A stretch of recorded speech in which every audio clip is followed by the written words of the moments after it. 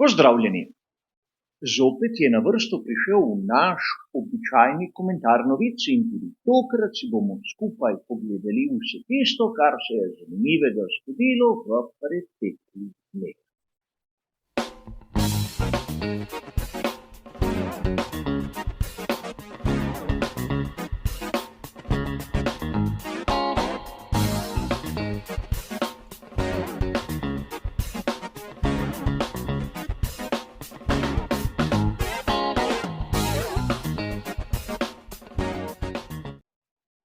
Kot običajno bo tudi tokratni format prispevka malce drugačen od tistega, kar vidimo v drugih dnevih. Ustavili se bomo pri 4 različnih temah. In vsi članki, ki so navedeni v prispevku, imajo bližnjico v opisu do samega originala, če vas zanima, kaj piše v že prej citiranem članku. In kot dobro veste, slika v barvah pomeni, da dobesedno navajam tisto, kar sem prebral v že prej omenjenih virih.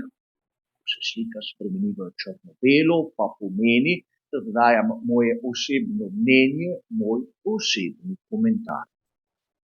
Tako, še enkrat smo ponovili pravila tega malce drugačnega formata, zato se lahko kar lotimo prve današnje teme.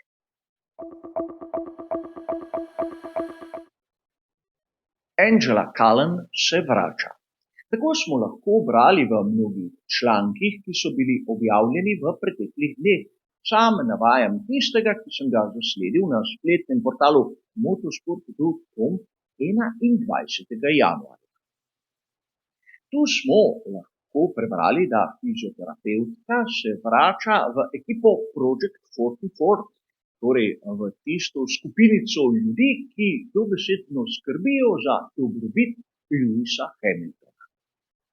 In verjetno se še spomnimo, da po njenem odhodu tam v začetku sezone 2023 je bilo mnogo ugibanj okrog tega, kako se bo Lewis Hamilton znašel.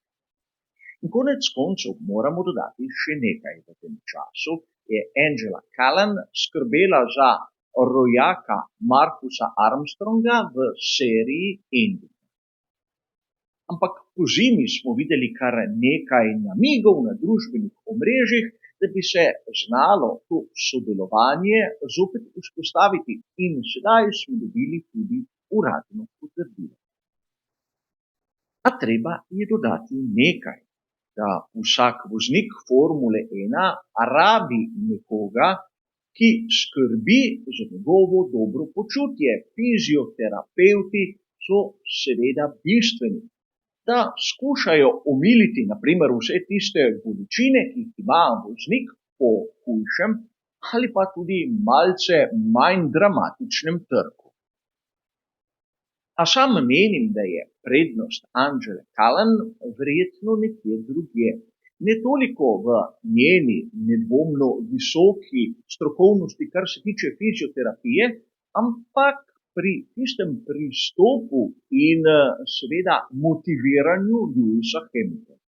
Vedeli smo lahko, da v sezoni 2023 in 2024 Lewis Hamilton ni bil tako motiviran kot običajno. Zato prihod Angele Cullen lahko pomeni, da bo imel Lewis Hamilton tisto pravo podporo, verjetno v enem izmed največjih izzivov, ki mu bomo priča v njegovi karieri. In to je dobra novica. A kako se bo vse skupaj pokazalo, bomo seveda odkrili v naslednjih tednih. Raje zaenkrat pojdimo k drugem današnjem sklopu novic. V našem drugem sklopu se bomo pa ustavili pri novici, ki je bila zopet objavljena 21. januarja, ampak tokrat na uradni spletni strani Formule 1 f1.com. V obsežni kadrovski reorganizaciji ekipe Haas je Esteban Ocon dobil novega glavnega inženirja oziroma novo glavno inženirko. Lara Müller bo prva ženska, ki zaseda to izjemno pomembno pozicijo znotraj katerekoli ekipe Formule 1. In treba je povedati, da pri ekipi Haas to ne bo edina predstavnica ženskega spola, ki bo na izjemno pomembni funkciji. Tudi kar se tiče strategije, se obetajo novosti, a o tem verjetno kaj bolj podrobnega čez nekaj tednov. Treba je kot običajno tudi nekaj malega dodati. Mnogi viri so se ustavili samo pri spolu Lore Müller in ne pri njenih sposobnostih.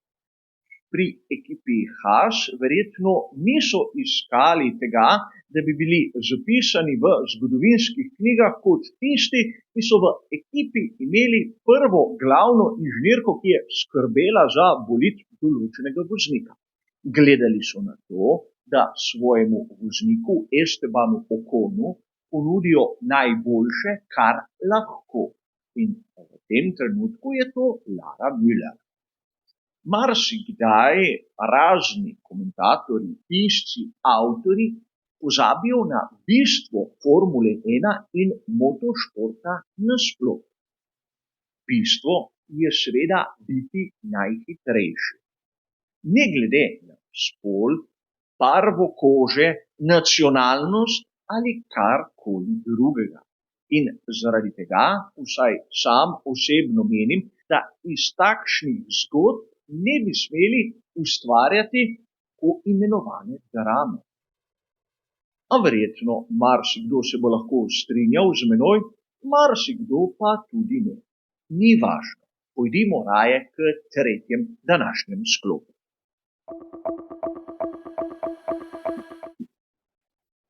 Kot poroča spletni portal motosport.com 20. januarja, je vlada Južnoafriške republike izdala razpis, kjer iščejo potencialnega organizatorja dirke za svetovno prvenstvo Formule 1.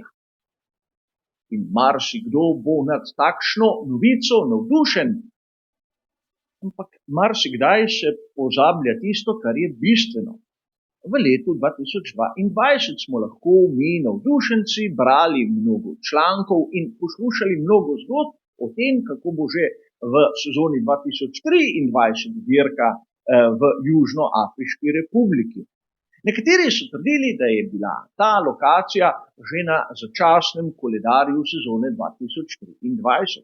Ampak minila je tista sezona, minila je naslednja, sedaj smo na pragu sezone 2025 in v Južnoafriški republiki komaj izbirajo organizatorja. Kar ni nič takšnega, ampak menim, da razni avtorji, poročevalci, da ne uporabljam izraza prevajalci, bi se lahko marsikomu tudi opravičili za zmoto, ki so jo naredili pred nekaj leti. A dvomim, da se bo to zgodilo kot običajno. Mnogim navdušencem je že ušlo iz spomina. A nažalost se sam mnogih takih podrobnosti spomnim. A poglejmo še, kaj sem izbral za zadnjo današnjo temo.